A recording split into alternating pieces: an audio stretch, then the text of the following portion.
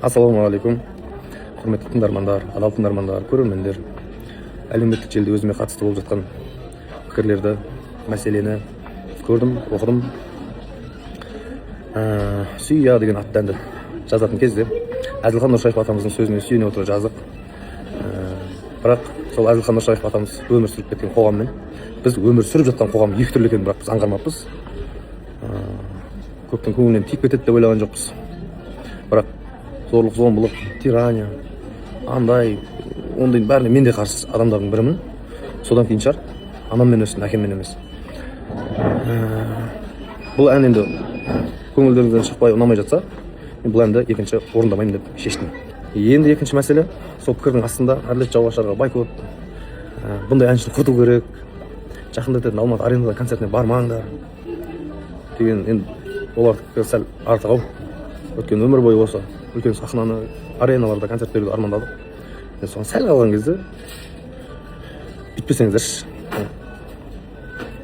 Концерттің атауы да сұлудың жоқ деген иә емес па? Басқа да әндеріміз бар. Сол көңілдеріңізден тиіп кетіп жатсам, кешірім сұраймын. Ұлдана Қалдырханқызының анасы Сәлима Ешенқұлқызы. Көпшіліктің сұрауы бойынша алдарыңызға шығып отырмын. Әділет жәбірленуші ретінде танылған, енді бұл жәбірленуші ретінде бас тартқанын қалаймын. Және көпшіліктің сұрауы бойынша заң талабына сәйкес зейнетқордағы ақшасын Әділетке берілді, машинасы ата-анасына қалдырылды. 22 шілдеден бастап біздің өзіміздің атымызға аударылды. Осы уақытқа дейін 18 қарашадан кешегі шілденің 22-сіне дейін Әділетте болды бұл машина. Анасы ретінде қызымның заңды мүдделерін қорғауға өз ниетімді білдіремін. Ашаматайдың депутат болуға құқы жоқ дегенім жоқ. Талап кәсіби депутаттарды көргісі келеді. Ашаматайдың өзінің қалауымен емес, халықтың қалауымен барғанын талап етті. Дегеніне халықтың көз жеткізу үшін әлі де тікелей ашық пікір сайысқа шақырамын.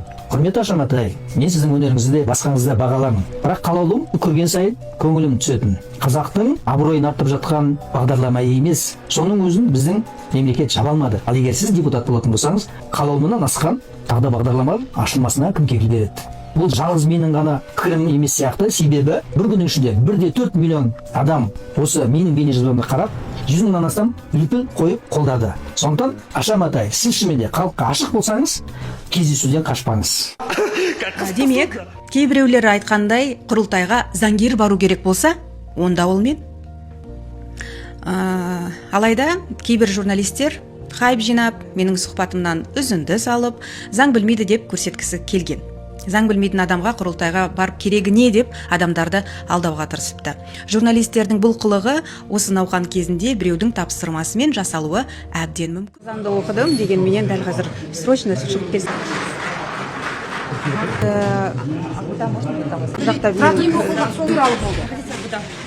Мен шақырып жатыр еді. Қайтып ораларым жақсы ма? Нужно выступать. Маған жазыпты, неге сіз депутат болмайсыз? Әртістер болып жатыр ғой. Неғып депутат болмайсыз дейді маған. Неге болуым керек? Депутат деген дана, ақылды, ата заң жатқа білетін, мынау біздің халықтың әл-ауқатында не керек, не керек емес, соның бәрін жатқа білетін, онан кейін барып жаңағы елге жаны ашитын, отанына деген патриотизм деген жүрегінде от жанып тұратын адам болу керек. Менде соның бір қасиеті болса, басқа қасиеті жоқ. Өйткені расында да мен заңды жақсы білмеймін. Елдің әл-ауқатын білгенмен оны қалай жүзуді білмеймін. Әрине, үйренді, жирен дейді ғой негізі. Бірақ Құдай берген ағамыз айтқан ғой, кезінде депутат болғанда.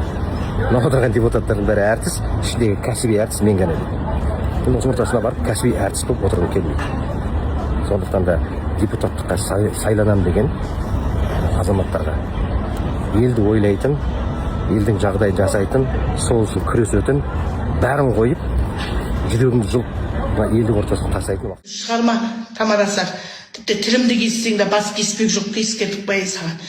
Қайдағы саған депутат құрылтай саған. Халық үшін бір затты тұра алмаған адам, ол жерге барудың қажеті жоқ саған. Ол жерге барғанда не істейсің? Орындықты саз тастама, екеуің ана екі келіншек, Ашаматай екеуің орындықты саз туға барасың ана осырып, ішіп жеп, не жетпейді саған? Қыдыр шеш, одан да әліңді сауда қыдыра бер. Теңі білмейміз. Саған бізге неге Ашаматай, тағы бірдеңе атай-патай керек жоқ бізге. ана әділетті Қазақстан деп қайдағы жоқ бірдеңелерді құрып алып атыңызға заттарың сай емес. Қазақша сол. Қазақстан сендерге ойыншық емес. Қазақстанды құру үшін біздің ата бабамыз жер жастанған, түсінікті ма? Сендерге біздің болашағымыз бұлыңғыр емес қой, болашағымызды ойлау керек. Ана балға жиналған арақ соуды қажет болады деп тұр. Енді кешірім сұраймын дедім, айтпақшы. Ертең сұрап жатқанда мен мазақтап жүрмеңдер. Сұрай берейік қой, сотталып кеткен жақсы. Штраф беріп жатамыз. Кешірім сұрауға болады дейді. Сол есі Динара Жұмабек дейді ме, сондай болып кетті ол бұл. Кешірім сұрап, кешіріп жатса, онда болады дейді. Сұрай береміз да құрсын. Ұят болды, кешір, ондай сөз айтайын деген ойымда жоқ, орысша түсінбеймін деп айтамын, маған бәрібір. Сол кезде мені мазақтап жүрмеңдер. Сотталу да оңай емес негізі. Ана әжетхананың қасына отырамын шығар, онда тамақ әкеліп беріңдер, сосын маған сотталып жатсам, түсінікті ма? Аллах, бәрі шындық, без комментария, ешқандай өтірік жоқ. Шындықты айтып жатырмын мен. Өтірік жоқ. Осы мен екінші рет сондай болып тұр, Құдай көріп тұр. Ұят болды. Үшінші рет бір попиткам бар, тағы кімге тиісейін? Ашаматайлармен шығайын ба? Бірге. Үш попит. Бұрын сотталған жоқсың ба дейді, маған құрсын сотталған жоқ. Честнымыз ғой, бұлай Қазақстан жақсы ғой, соттап жатқан жоқ, шүкір. Бағдагүлді жамандасам болды, өледі ғой. Осы Бағдагүлдің бірдеңесі ау деймін. Шірік, соны туысқандарыма отырып, Нәркезе, сен біресе анау нені Наргенже Серікбаева шықты ғой, нені филармонияда бастығым бірдеңе өлең айтқызбай жатыр, маған тиісті депші. Соны тиісті ма, тиіспеді ма? Или ақса беріп аузыңды дапты ма? Ақса бергеннен кейін қойдың ба? Ондай мәселелеріңді өздерің аңыңда сес. Ондай мәселелерді бүйтіп сығарма заңалықтарға. Дебет, енді өзің нағып, ойбай, Тоқайып, маған көмектеспесең сен бүкі ақтызе деп атырсың да. Маған көмектеспесе деп өзің нағып деп атырсың. Өзің мықты болсаң, сол Баянға соғысты аштың ба, Динараға, өзің жеңбейсің ба? Баян Мақсатқызы стримге шығып, немесе кім еді жаңағы? Динара Сачан стримге шығып, ал халайық нандай деп атқан жоқ, әскер жинап атқан жоқ. Барды да заңмен пода-бодаң шығарды. Сен отырып алып стримге адам жинап, деп ана 100 бір-біріңмен тура өздеріне ұқсайтын 100.